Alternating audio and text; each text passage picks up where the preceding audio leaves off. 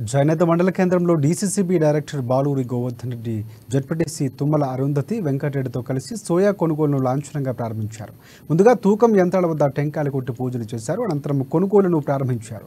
Assembly ఎన్నికల కంటే ముందే నవంబర్లో కేంద్రాన్ని ప్రారంభించినప్పటికీ రైతులు బయట ధరలు ఎక్కువగా ఉండడంతో అక్కడే అమ్ముతున్నారని బాలూరి గోవర్ధన్ రెడ్డి అన్నారు.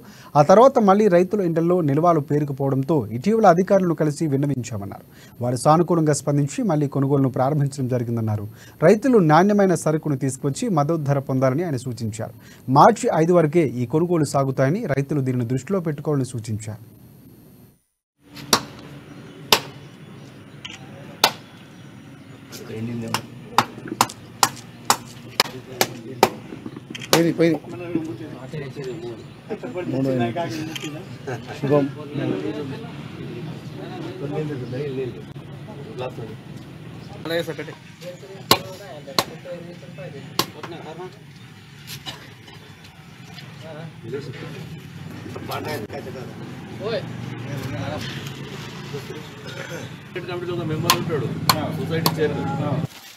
ఈరోజు జైనత్ మండల కేంద్రంలో మరి సోయాబీన్ కొనుగోలు కేంద్రం అనేది ప్రారంభించబడ్డది.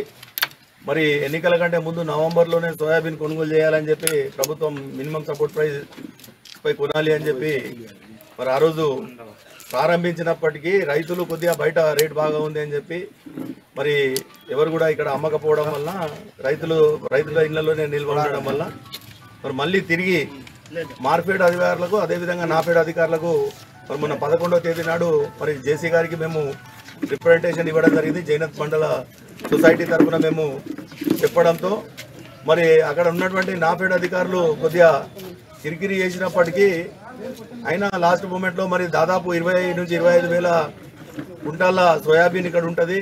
కనీసం ఏం లేదన్నా 400 రూపాయలు లాస్ అయితే మన జైనత్ మండల్లో పండించినటువంటి వాళ్ళు 2 కోట్ల రూపాయలు లాస్ అయ్యే అవకాశాలు ఉన్నాయి. కనుక దీన్ని కంపల్సరీ మార్కెట్ ఇంటర్వ్యూన్ అయ్యి ఈ ఎంఎస్పీకి ఈ సోయాలు కొనాలి అని చెప్పి రిక్వెస్ట్ చేస్తే మన జేసీ గారు పంపినటువంటి రిప్రజెంటేషన్ పై అదేవిధంగా ఎమ్మెల్యే గారి సహకారంతో ఈరోజు మరి ఇక్కడ ఇది కొనుగోలు చేయడం అనేది జరుగుతూ ఉన్నది.